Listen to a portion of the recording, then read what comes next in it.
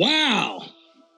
Welcome to another episode of the Perfect Pair Podcast. And my name is Rock-T. And I'm Krystal, Rock-T's better half. Absolutely, man. So we have like a surprise interview this week. And we wasn't actually supposed to be recording right now. Right. But these amazing, beautiful people that you see on the screen right now, Charlie and Linda Bloom, welcome to the Perfect Pair Podcast. And by the end of this podcast, our followers and listeners are going to be like, absolutely amazing. How are you guys doing? Doing great. Doing good. Thanks for inviting us on. So we just heard you celebrated how many years of marriage? 50. 50. Oh. 5-0. Listen, We're happy together. Well, y'all are happy. you are. I was about to say, Mr. Charlie, are you confirmed that, right? Yes, ma'am. That's right. Smart answer. So listen, can't nobody introduce and explain who you guys are and what you do better than you guys. So take the first few minutes and explain to all of our listeners and followers who you are, what you do, and then we'll get right into it. Well, we're psychotherapists. We specialize in treating couples. So we're marriage counselors and couple counselors. We also are teachers, and we teach personal growth workshops in communication and relationship. And we're authors, and we're getting ready to have book number 5 come out on Valentine's Day. And we're parents and grandparents too. Oh my God. How many kids do you have? We have a son and a daughter and 3 grandsons. And this summer, the third one's going to be a teenager. So we're soon to have 3 teenage grandsons. Let's go. Let's go. That is amazing. So, honey, if you don't mind, I want to ask the first question. Okay, go ahead. Okay, because look, we always tell our couples that follow the Perfect Pair Podcast. It's a lot of them, Charlie and Linda. And we always just try to share our story of what we do that helps us keep us happy and all that kind of good stuff. But you guys are about to celebrate 50 years. So you're obviously doing something right, okay? You obviously figured out this happy relationship code. So what's the top secret? I mean, what is the main thing that you guys do with each other to keep the happiness in the marriage and the relationship? Okay. I'll give you my abbreviated answer. Let's go. Okay. It's 1 3-word term, and it's called enlightened self-interest. Have you heard that phrase before? Enlightened self-interest? Yes, I've heard it. Yeah, it refers to the idea that when you really dedicate yourself to not only fulfilling your own needs, but also to giving to your partner and supporting them in a way that they're going to become more fulfilled in their life, then that process enhances both of you. Mm-hmm. So it's not like a zero-sum game where, well, what I give to you, I lose, but you gain, or vice versa. It's that when I give to you that quality of care and attention, it all comes back on me in many different ways. When you trust that that is the way it works, some people call it karma. But when you really get that and you act in accordance with that, it doesn't mean that you don't ever have disagreements. It doesn't mean that you're always happy 100% of the time. It doesn't mean you don't have your moments, but it does mean that the context of the relationship is infused with that mutual sense of goodwill. And that even when you do have your moments, they're brief and they're temporary and you move through them more quickly. I mean, you guys know that. Yes. When you know that, then you're on a course that is going to take you places that you cannot go otherwise. Come on now. And listen, and I think what you said is what I tell him all the time. And I tell other people that I try to inspire me to want to do more for you. Because if I'm inspired to do so, instead of you requiring me to do it, Because if it felt like I'm required to do it, I'm not going to want to do it. That's exactly right. It's human nature. It's right. Human nature. Exactly. And I'm like, but when it's like, I want to make his plate. I don't mind washing the clothes. I don't mind going to do this for him. And he tells me he doesn't mind like making sure I get whatever I need. Absolutely. So I know people would ask me, how do I submit to my husband? And that means I'm being his slave by what I'm doing. Yeah. And I just don't think that is true. Yeah. Submission is not a word you want to use in the context of a relationship. Right. It's not about domination and submission. Right. It's being partners. That's exactly. And that's one thing that we always share on this podcast is she taught me this as well. Is we always say 50-50, but it's 100-100. Like that's right. Of each of us to come together as one and deliver 100% from each side. And if we do that, more good is going to come out of it than bad. Every single time. Guaranteed. Yeah. So which one of your books so far, before this fifth book comes out, like was one of your best books? And what did the readers get from it? That's what I want to know, because I'm getting all 5, just so you know. Oh, great. Whole collection. The very first book that we ever wrote was called 101 Things I Wish I Knew When I Got Married. Lessons to make love last. We always recommend that people start with that one because that's the foundation.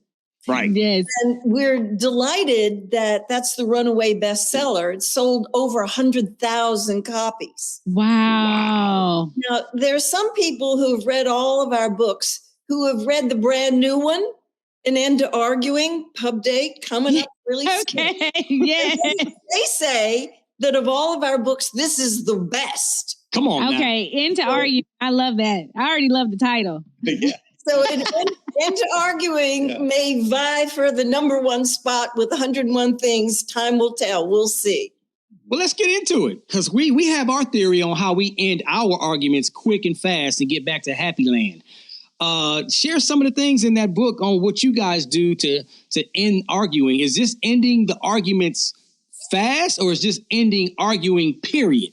No, you can head off a lot of trouble at the pass by keeping your relationship in really good shape, by practicing this enlightened self-interest business, making the relationship a really high priority, taking time to really devote yourself to listening well to your partner and what they want and what they need and what they feel, so you can keep the arguments to a minimum.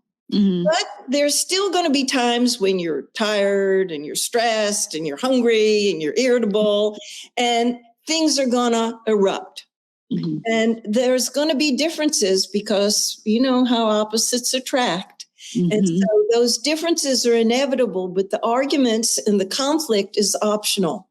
So when people are doing their own work and they practice self-discipline and patience, then when those feelings start to really get big and you're getting ready to go over the line from just a responsible interchange to trying to coerce the other person into believing what you believe and you do what you want them to do, that you pause and reflect and you take a little break. Maybe it's just a breath or two. Maybe it's a little longer than that.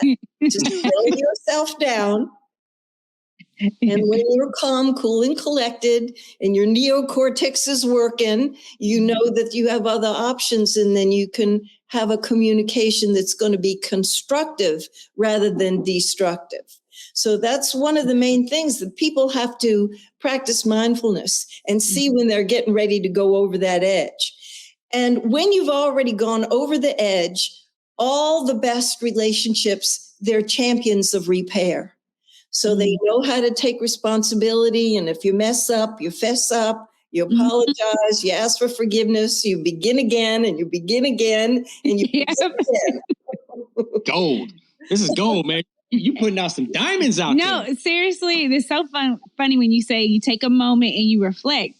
I call it my moment, like now. it was years ago that I had to tell him, I was like, I just need my moment. Like when I'm so frustrated because he wants to keep talking or figure it out now. And so he's a problem solver. So he wants to solve every problem right away. And sometimes I just need a moment to breathe before I might snap. I know I used to snap. I'm not even I was the snapping. As you can tell how I talk with my hands and my nails are all over the place. But I just would just snap at him. So then I realized I just needed my moment. I need time to myself. That's when he told me that is what I was doing that was kind of bad. I would be there in that moment for a long time. Mm-hmm. It was like, then we had to come back to a compromise where it's like, take your moment, but don't stay there. Right. That's when I realized I was sulking in my moment for a while. Don't take too long. Right. That's what I'm saying. Like, and I think it's because I wanted him to feel what I wanted to feel. And I was trying to pay him back by being quiet and taking my moment because he hates when I'm quiet. Yeah. And I was just killing myself. So I'm like, because I want to talk. Like, so stop it. Stop playing the game. And that's one thing that we've learned, Jim and Charlie and Linda, that we learn to compromise. Like if she's on one end and I'm on the other end, okay, let's agree to compromise. It's okay to agree to disagree, but we got to compromise somewhere. We can't just leave it at one end or the other. So when I want to, if we're arguing or we're going through any kind of situation, I'm like, okay, well, let's get to the solution. Let's try to resolve so we can get back to being happy. But she wants her moment. Right, because he goes too fast. Listen, it can happen just right now. And this next second, he's like, okay, be over it. Let's go. Let's go. Amnesia. I'm like, stop. Let the tear drop first and then. So I compromised with her. So now I'll give her moment. And when she needs her moment, Charlie, I'll go outside and start mowing the grass or going fishing on the pond or something and, make some good fun use of my time. And I'll come back. You okay, honey? Everything good? We're back. But we learned to work together on that. I feel like it's worked for us. So the fact that you guys are saying that is making me feel better that we've been working that out together. So let me say this. Let's go back to what you said, Linda, about taking a few seconds to pause. Now, let's be honest. I'm going to be devil's advocate right here.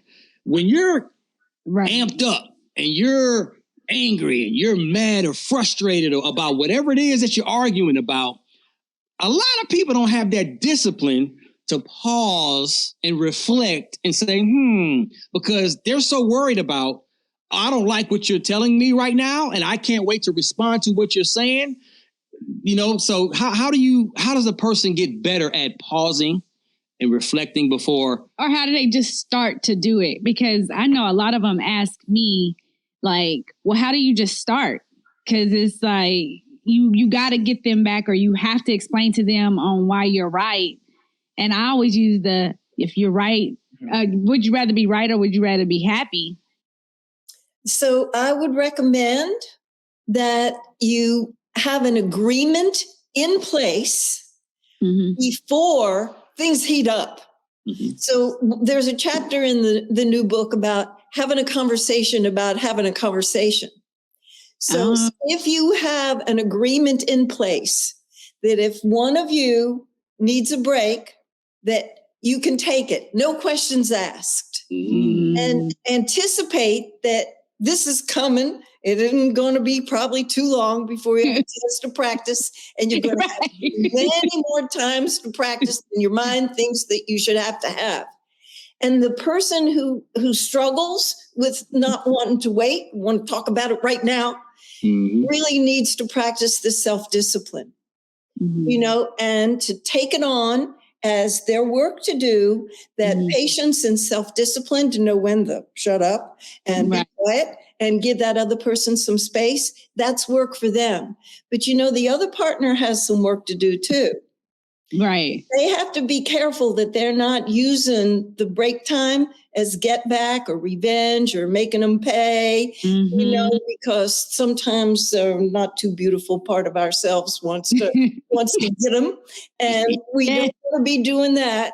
And so for those of us who are on that part of the spectrum, to come back as soon as we can. And the way we take our leave means a lot. That you don't stomp off and slam the door and indicate to them you're impossible to deal with, so I'm not talking to you, that you have an agreement in place that if I get overheated and I'm flooded with feelings and I'm not thinking straight, I'm going to take a break to compose myself, and I'm going to come back just as soon as I can. And I promise it won't be more than 24 hours, and I'm going to do it sooner rather than later. But it's going to be worth it to you if you for the break time that I need, because I'm going to be a happier camper when we talk about this the next round. Mm-hmm. So, Charlie, let's talk about this mess up and fess up. I like that little terminology right there. Mess up, you fess up. As a man, okay, we got big egos. Rocky. I'm gonna admit it. We have big egos sometimes. We hate to admit when we're wrong. Yeah. And so help us all understand how important that is to, when you do mess up, fess up. Super important. And it's challenging.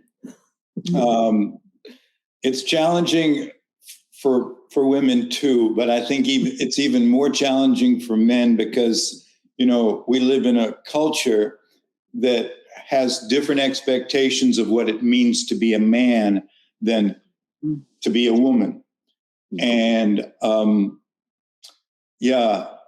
one of the things that we talk to people about is when they hit these rough spots in their relationship, we want to help them to see what is the quality that you need to strengthen in yourself in order to be able to be more effective in this relationship, rather than looking at what's wrong with them and what they need to do and what they need to say and what they need, whatever.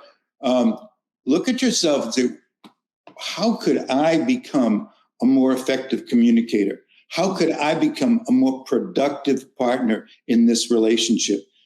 What is it that I can, what qualities can I cultivate and strengthen within myself that would enable me to participate in this relationship in a more skillful way? Can I be a better listener? Mm-hmm. Can I be more understanding? Can I be more honest? Humble. Can I, humility. Can I bring more humility? And one of the reasons why it's hard to fess up is because it requires me to be humble. It requires me to admit I was wrong. It requires me to admit that, I don't know everything. I make mistakes sometimes. It requires me to be vulnerable. Mm-hmm. Men and women too, but in particular, men, we hate to be vulnerable because it means, you know what the word vulnerable means? If you look it up in the dictionary, it says to be vulnerable is to be at risk of being harmed or injured. It means that you're not defending, you're taking down your guard. You're not defending yourself. You're not protecting yourself. You're exposing your vulnerability. And that's a scary thing to do, to create a really solid relationship. One of the qualities, besides vulnerability and humility, that you've got to have is courage. Courage. Yes. A lot of courage. The C word. The C word. Exactly. Yeah. Because we all guilty of we're all guilty of bringing baggage in from maybe a past relationship or a breakup, and that's where that vulnerability comes in. And it's like, this would never happen to me again. Right. So you're preaching right there, Charlie. Yeah, absolutely. Yeah. So if you guys don't mind, let's play a little game, right? Because we love games. We love having fun. Yes. So you guys, 50 years. Now, it's 50 years of your anniversary of being married. How long have you guys been together, like total? 4. I counted all. There was a lot of working it out those first 4 years before we got married. She said it hard, too, didn't she? I would like to know, how did you guys meet? Well, we were college students in Boston. No, I wasn't in college at the time. Yeah, he was working construction. I quit college. I went back later, but I was not in college at the time. we had a gap year, each of us, and I went back, and he still hadn't gone back yet. But we had a mutual friend who had a barbecue. Okay. I was kind of attracted to his friend, but I found he already had somebody. So I said, who does that other motorcycle helmet belong to? And he got pointed out to me. And I went over there and we struck up a conversation, and it was a real strong connection right away from the very, very beginning. Yeah. And so I'm grateful to our friend who threw a party so that I could meet him. Wow. We met in the club. Yeah. And he asked me out 3 times and I said no. And then I asked him out and he said yes.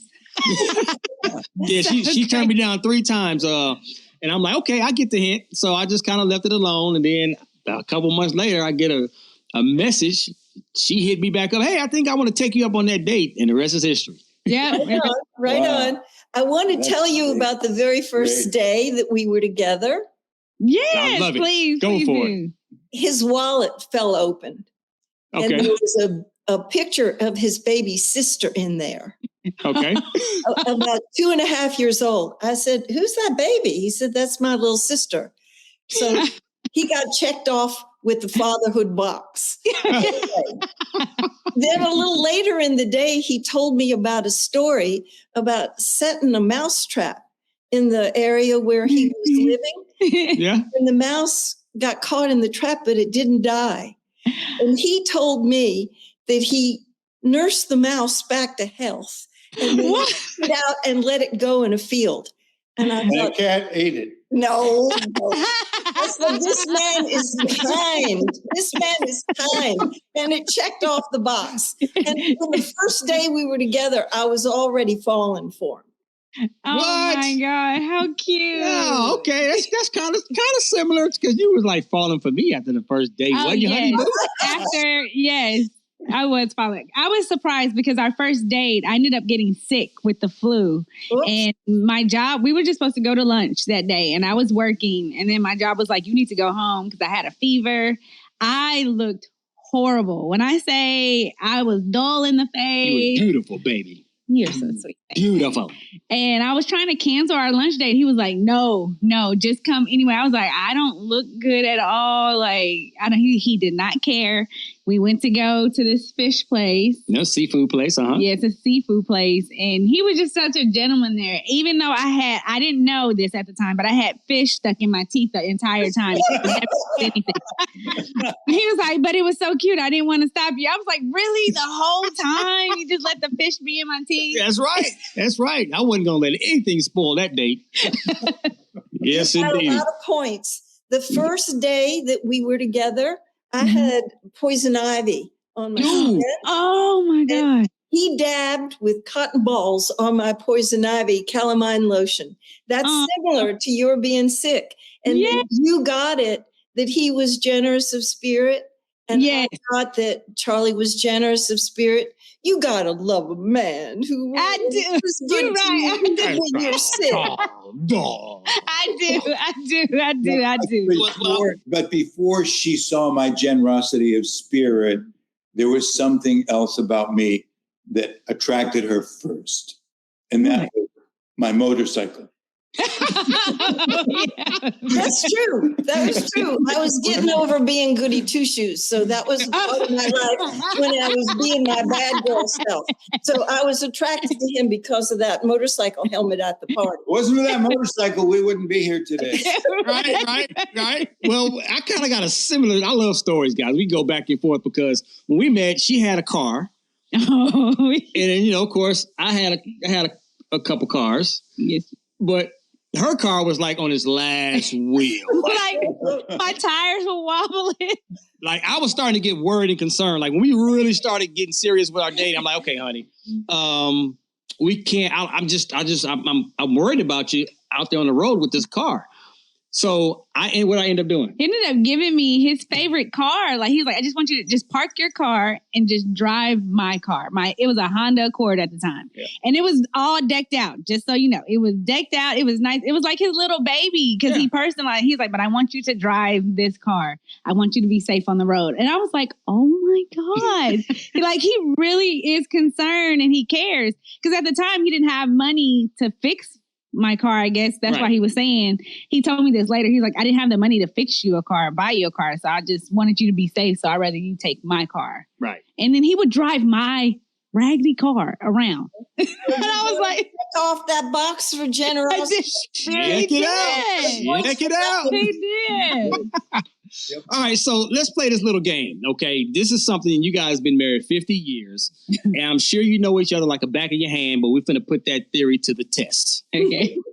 Charlie, what is Linda's favorite food of all time? Lobster. Oh, she's shaking her head like he knows. He knows. Did you see how long it took me to answer? Yeah, don't bite that before you even finished the question. I'm taking notes. That for all of our guests at our wedding reception.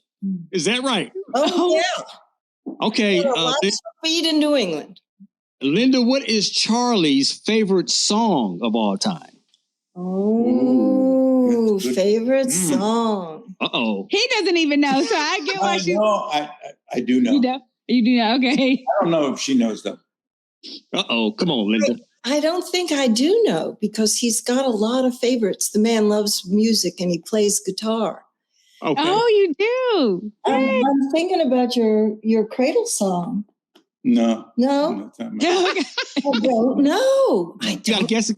See, there's always more to learn about your partner. Yes. Time.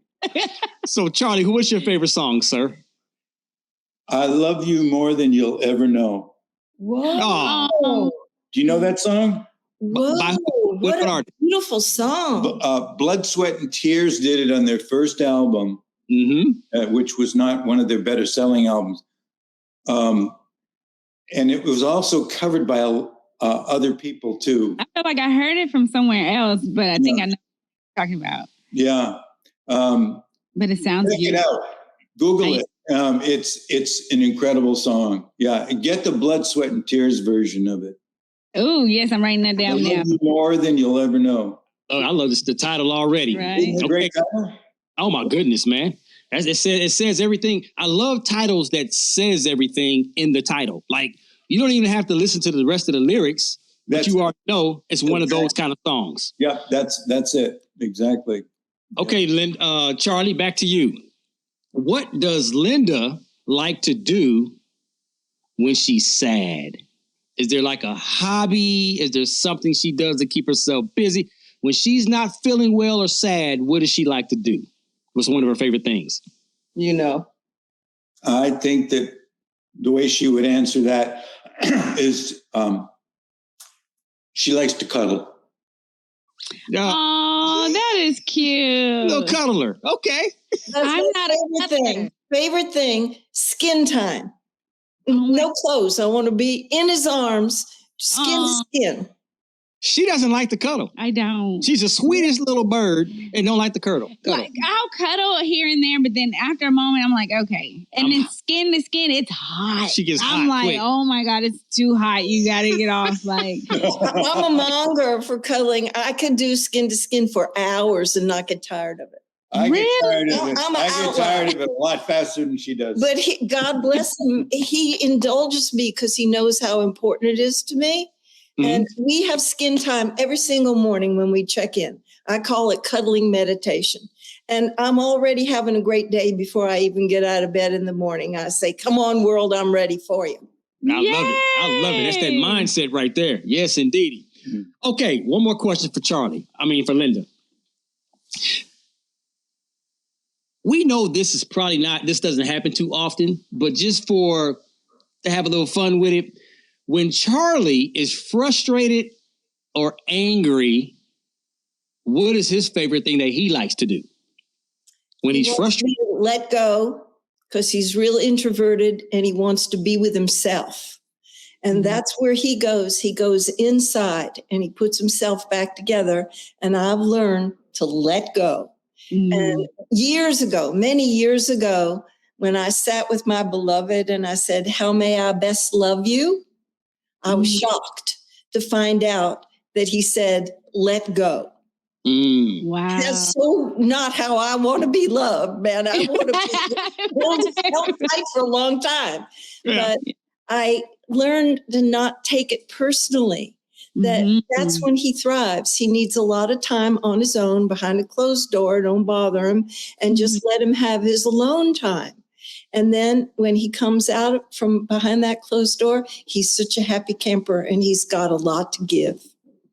You know what? That's a lesson right there. That is a big, valuable lesson, because he could come back still angry, still mad, still frustrated, and never resolve the situation. And now that re-cranks up that negative energy on what caused that in the first place. So that's a great lesson to learn. But I also think another lesson out of it is that she listened, like how you asked the question and you listen instead of taking it so personal. Like, he doesn't love you. It's not the same. He wants somebody else. You took it as, okay, this is how I need to better love him. And that's something that I'm learning to do as well, is to listen and not take it personal. Exactly. I'm the guardian of his solitude. Oh, that is beautiful. And I encourage him to go off alone and take time all alone where he doesn't have anybody who wants anything from him, not me, not clients, not students, nothing. And he just can be with himself. He can nap if he wants. He can hike if he wants. He can read if he wants. He can do nothing and stare into space. And he's so happy all by himself in his solitude. That's not my idea of a good time. It's not a coincidence that you guys and us find that we're on different sides of the coin on certain aspects of our preferences and our personalities. It's very common.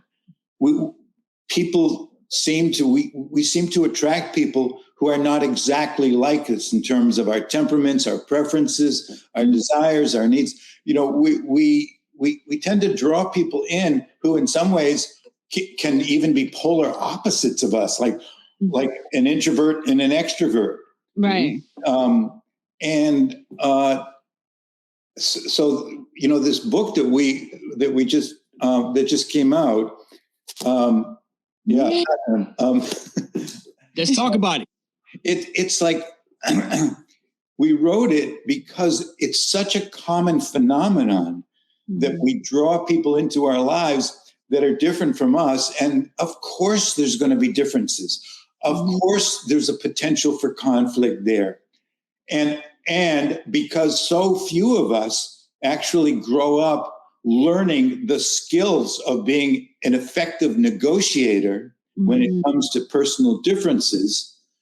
And we had, you know, after all these decades, we had learned a few things, not only from school, but from our clients, our students, and our relationship. And you know, we realized that, man, we know a lot of stuff here that could be really useful to a lot of people. Practical wisdom. Let's just put it in the form of a book. You know, like our first book was 101 Things. And people love that book because it's just short, you know, 1 or 2 page stories that have the teaching in the story. And it's really easy to read. So, well, let's do another book like that that's got, you know, let's pick out 101 of the things that we've learned that have really served us, put it in the form of a book. And so that's where the book came from. But this is a very common phenomenon, to have a partner that in some ways is real different. And sometimes we think, geez, why didn't I pick somebody who's more like me? The reason is because you weren't as attracted to them as you were this other person, because they were too much like you. And, the differences are what create the chemistry. Right. This is gold. That makes so much sense. Differences. Yeah. If you can use it well, because Right. some people get so irritated and frustrated and resentful about the differences, they stay at the level of irritation and anger and they don't drop down. And when you drop down, underneath there's hurt and fear there, the vulnerable feelings. And when you start to connect with those vulnerable feelings, Mm-hmm. you learn so much about yourself and the other person. And so that difference can really lead to a tremendous amount of self-knowledge and a lot of knowledge about who the other person is, why they see things so differently. They've got a different history. They've got a different style of being in the world. They may even have some different values than you have. And when you can respect the differences and really listen to each other, it's rich. Do you know, it's enlivening. And when you respect those differences and you learn from them, you get to become a more whole person yourself. Mm-hmm. And you have a really strong bond with the other person. I have so much gratitude to Charlie for teaching me the difference between being alone and lonely. Yeah. Those two together. And this good introverted man taught me about being with myself. Do you know? And I'm grateful for that. And he's taught me about a lot of other things about being more relaxed because I'm such a planner. Do you know? It's going to work out okay. Just that it's going to work out. And I'm recovering. I was a worrier. And he taught me the difference between concern and worry. She went from being a warrior to a warrior. Yeah. Oh, yeah. Yeah. I'm using that, Charlie. I'm using that. And I totally trust it now that we've got good reasons.